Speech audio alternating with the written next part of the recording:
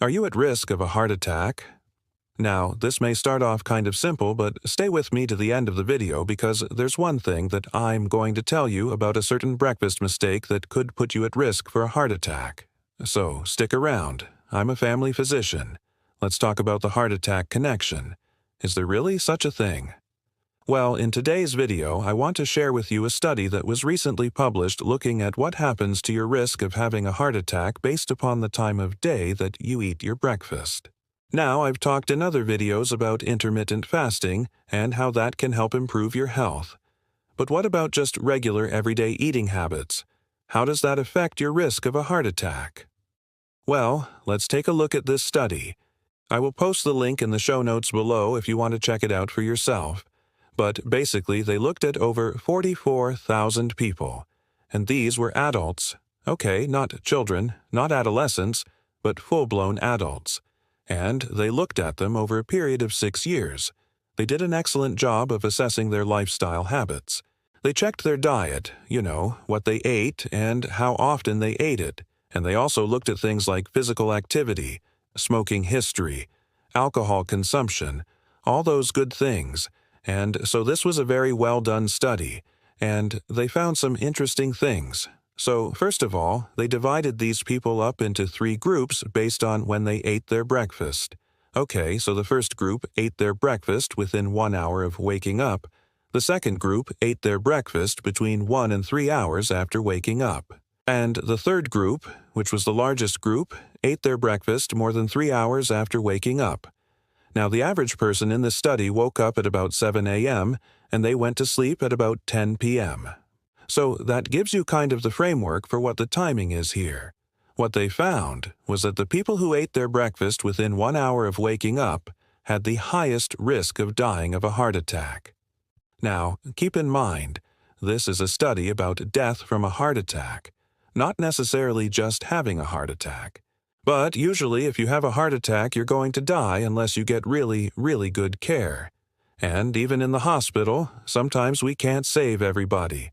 So this is a pretty serious study. What they found was that the people who ate breakfast within 1 hour of waking up had an 18% increased risk of dying of a heart attack compared to the people who ate their breakfast more than 3 hours after waking up. That is a big deal. An 18% increase in death from a heart attack. So why would that be? Why would eating breakfast so close to waking up increase your risk of dying from a heart attack? Well, several reasons. First of all, when you eat any kind of meal, especially a larger meal, it puts stress on your cardiovascular system. It makes your heart work harder. It makes your arteries constrict and then relax again. And that's normal, and your body adapts to that every day. But the problem is, if you already have some damage in your cardiovascular system, maybe you've got some atherosclerosis or you've got some other risk factors for heart disease, then that added stress from eating too close to waking up may be enough to trigger a heart attack or a cardiac event in people who are vulnerable. Also, when you eat, you stimulate what's called the parasympathetic nervous system. That is the rest and digest part of your nervous system. So when you eat, your body goes into a mode where it's going to slow the heart rate down. It's going to relax the muscles in the digestive tract, allow food to pass through. And so the parasympathetic nervous system is active during digestion. But the problem is, if you eat too close to waking up, you haven't had time for your sympathetic nervous system to kick in yet. Your sympathetic nervous system is the fight or flight part of your nervous system. And so, if you haven't had time for that to wake up yet, and your body is still in the rest and digest mode, then eating can cause a problem. Now, they adjusted for all the other risk factors, so they knew who was a smoker and who wasn't. They knew who had diabetes and who didn't. They knew who had high blood pressure and who didn't. They knew who had a family history of heart disease and who didn't. And even with all those risk factors accounted for, eating breakfast less than an hour after waking up was associated with a higher risk of death from a heart attack. Another reason might be that people who eat breakfast close to waking up are more likely to be eating cold cereal or sugary cereals or refined grains. These are foods that are high on the glycemic index, and eating those kinds of carbohydrates can spike your insulin level. And if your body is already overloaded with insulin resistance, then that spike in insulin, even though it's coming from a carbohydrate that you ate hours before, can still be enough to trigger the heart attack in people who are vulnerable. Also, think about this. People who wake up early in the morning are more likely to be eating breakfast for many times without the benefit of sunlight. And vitamin D is very important for the cardiovascular system. So, if you don't have enough vitamin D, you might be more vulnerable to having a heart attack. Now, I'm not telling you to never eat breakfast.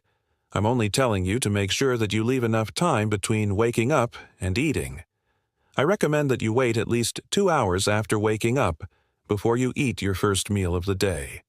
That gives your body time for the sympathetic nervous system to kick in, time for your heart to start beating a little faster, time for your body to start secreting the right hormones to prepare for digesting food. Now, I'm not telling you to do intermittent fasting.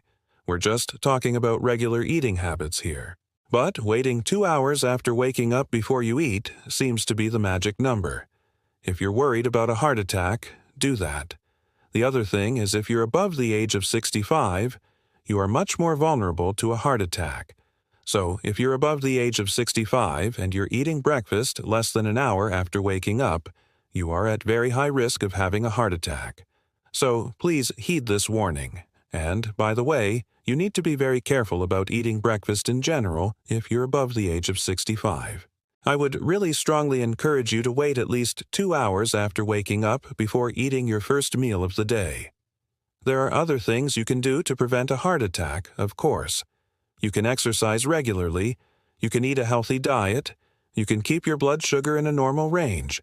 All of those things are important. But a lot of people say, "Well, doctor, I have no risk factors for heart disease.